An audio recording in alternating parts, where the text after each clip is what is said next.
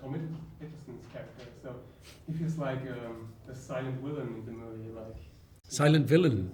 yeah, he's aware of what's going on. He sees and hears the pain from others, but doesn't really do something. Do you have an understanding for people like him? Because those exist in real life as well. People who kind of go. In real life or in the film? Do I have an understanding? Do you have an understanding for people like him who are like, it's not my business? Yes, I know a lot of people like that. It's a very British mentality to be like that, I think. Reserved, observe, and maybe walk away and just watch and not get involved so much. It's, it's quite a, I'd say it's quite a British trait, human trait, yeah. And would you say that your character Richard is a better person because he's trying to, recording everything and to show what's going on?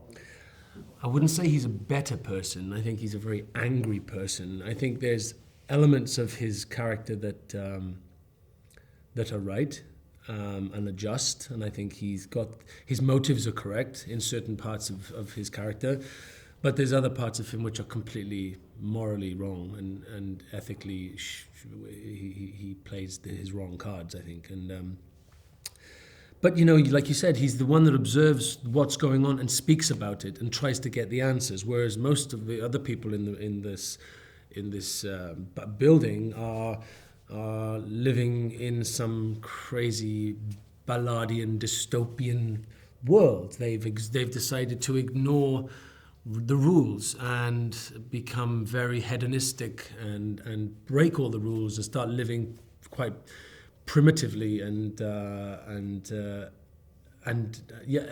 not like you should as a general rule obeying public. So I don't think Wilder believes most of it. I think he's observing it and he's confused by it, because if you notice, while all that is going on, he's struggling his way through the building, trying to get answers and trying to get to the top to find the architect and to find his wife. And during that process, he has this moment with Lang, doesn't he, in that room, after he's just done something incredibly awful. And he sat there and contemplated what he's done. And he then speaks to Lang, and then he has this moment of complete clarity and sanity, and explains why the building he can't live in it. He's not cut out for high-rise living, and that it's people like Lang that are the dangerous ones, the self-contained types.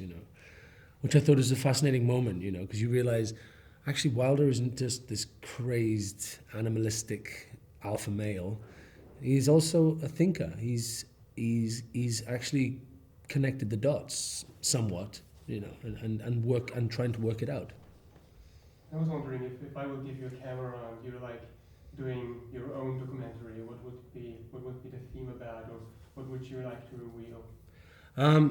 Well, I've always loved documentaries about nature. Real, right in the middle of it, the jungle or something like that. Or we have an amazing animal documentary.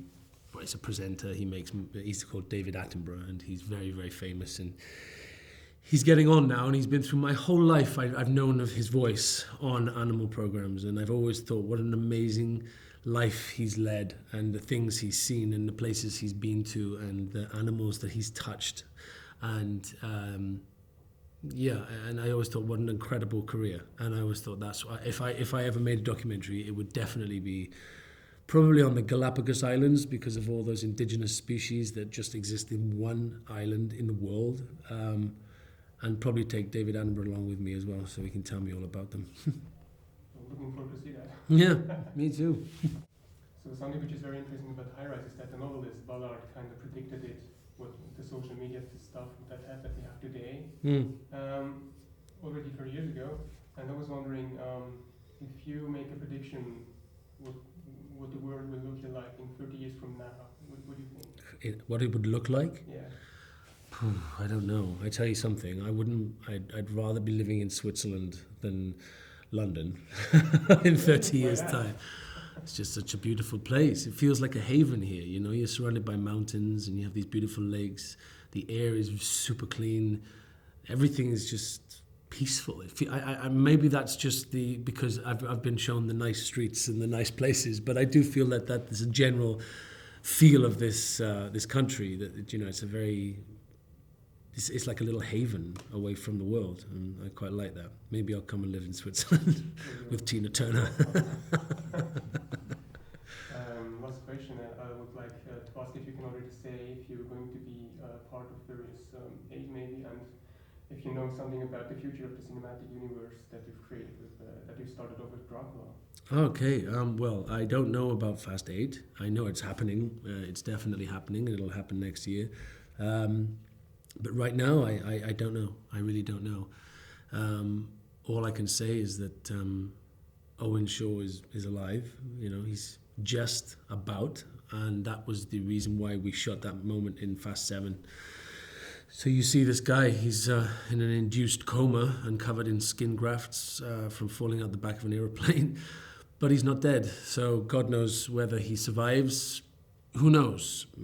His brother's locked up in another prison somewhere else. So it's not looking good, but you know, this is the franchise that has proved everybody wrong, and is one of the most successful franchises in history. So anything is possible. So that's exciting. And as for Dracula, again, it was the beginning of something, and and that universe is still being structured and created by the magicians at Universal, and who knows where it will go. I mean, there's big ideas for it, so we'll see.